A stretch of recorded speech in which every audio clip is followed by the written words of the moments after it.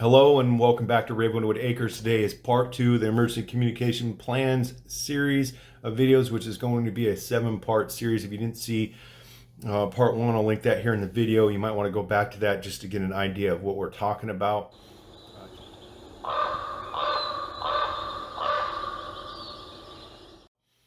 Today we're going to be covering your emergency communications plan and using kind of the template, the PACE template, which is an acronym. It means primary, alternate, contingency, and emergency. The goal here is really just to get you started and provide you some resources. I cannot build your plan for you. Everyone's situation and circumstances is different. For example, if you're a family of, 5 versus, a single person with a dog that has a dog sitter or a neighbor that takes care of their dog while they're at work or whatever, your plan is going to be catered to that. The family's plan to be, they got school-aged kids, they're going to have to include that school part of that, because disasters happen when we least expect them usually, and we're not all sitting at home. So we need the whole goal of one of these plans is to be able to get you in contact with those people that you love and then reunited, correct? So all right. So let's start off. The first most common scenario is using your cell phone. And because during the PACE plan, right, your primary method would be just the cell phone. And I know most of you are going to probably say, hey, I'm going to use text messaging as my is my primary method, which that is the alternate in this plan. So the reason why it's recommended to use text is because it uses less bandwidth. Therefore, it tends to be, it's basically a smaller packet trying to go through this very congested network, because everyone, when a natural disaster, especially when a natural disaster or any emergency situation happens, everyone in the affected area is trying to communicate, and people outside are trying to communicate with those people to see if they're okay, your family, your friends, whatever, that live outside that city, state, country, county, whatever it is. Everyone's trying to call and it overloads the system. And there's ways that the cell phone companies do priority traffic and things like that. So your traffic is more likely to get through the smaller it is. The reason I say voice is your primary, because you can say a lot in like 30 seconds, a lot more than what you could usually say in a text message. So yeah, you could type it all out and send it, but it doesn't go through, right? So if you get through on voice, not 30 seconds, you're going to try to keep it as short as possible, right? You can tell, your family member what your whole plan is. A way to reduce the time you need is already having plan routes, right? Hey, my number one plan to get home because of X, Y, and Z emergency, right? Earthquake, tornado, floods, hurricane, whatever. More likely use the less predictable ones. Hurricanes are fairly predictable, or somewhat predictable, right? They're more predictable than an earthquake. A lot of times people, they just happen. So knowing you've picked a route that you think should be the best route based off some analysis, and you name that route,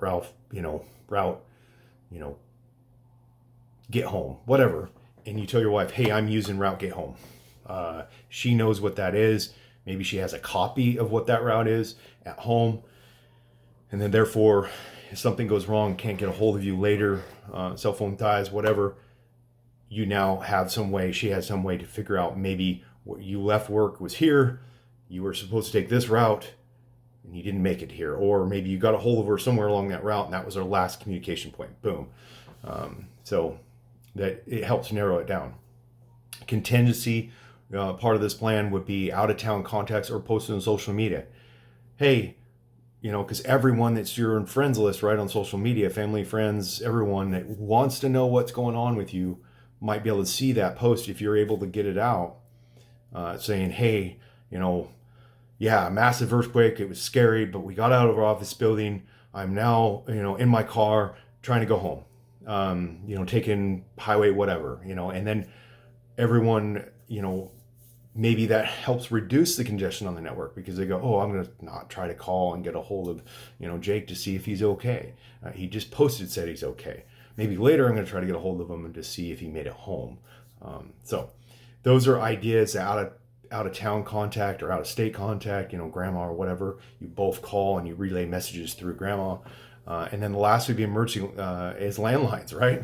I know most of us don't have landlines anymore, but a lot of businesses do. So maybe your office building has a landline, the gas station, some business along the street that maybe you're just, hey, look, I'm just trying to get a home. My cell phone doesn't work or it's dead because I didn't plan ahead and bring a charger or battery pack, which hopefully you do that. And we'll talk about that in the kits, the emergency communication kits video later in the series. I don't remember part 5.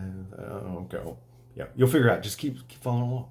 All right. So the next scenario, I'm just going to throw in GMRS because I want to expand this enough to those people that are interested in looking at some alternate communication devices, right?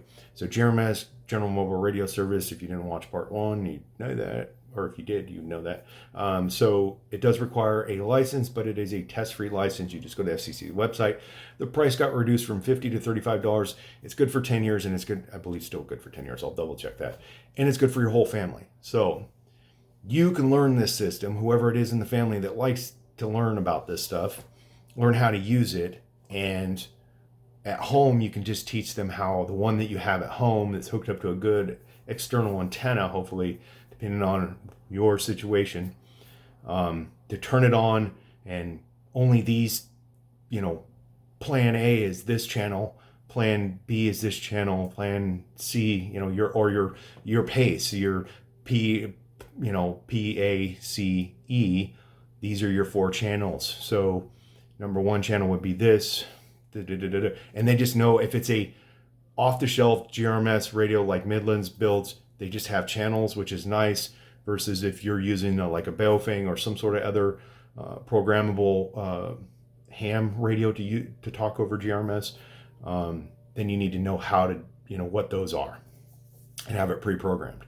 So GMRS will not fit every situation. There's obviously limitations to line of sight radios. If there's a repeater in the area that could change your plan a little bit, that could benefit you some, and then also your topography, your geography, the lay of the land, how far away from home is your work, or wherever the situation works for you. So that's why you have to build these plans for your situation.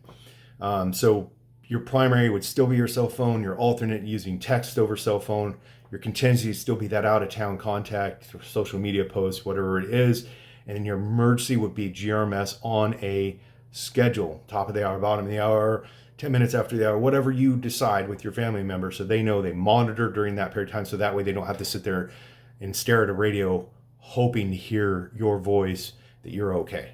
All right, so they just have a time. So these are important. I'm going to throw one last little thing in here, and I probably should have started with the story right. You have to be creative when you're creating these plans. Those that don't know and never been on this channel before, I'm in the Army. I have been now. I'll be 20 years next month. And 2005, 2006, deployed to a combat zone. A lot of times, or not a lot of times, if a service member died in your unit, and that we won't get into the details of what a unit means, but a large, they do the comms blackout to prevent soldiers from inadvertently informing family members and maybe giving them incorrect information, which has happened and still unfortunately continues to happen. It's gotten a lot harder for them to do comms blackouts because of cell phones. There was cell phones in 2005, 2006, but we weren't allowed to have them. So while we were deployed.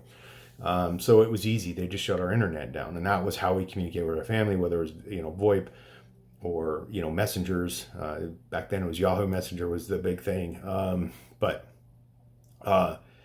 one of the guys I worked with got really creative, because on all of our bases, right, we had these little exchanges, the little stores that ran for us. You could use your US debit card in, and every time we had a comms blackout, after day like one or two, because sometimes they went along for over a week. It depended on how long it took them to get in contact with the family through the military protocols.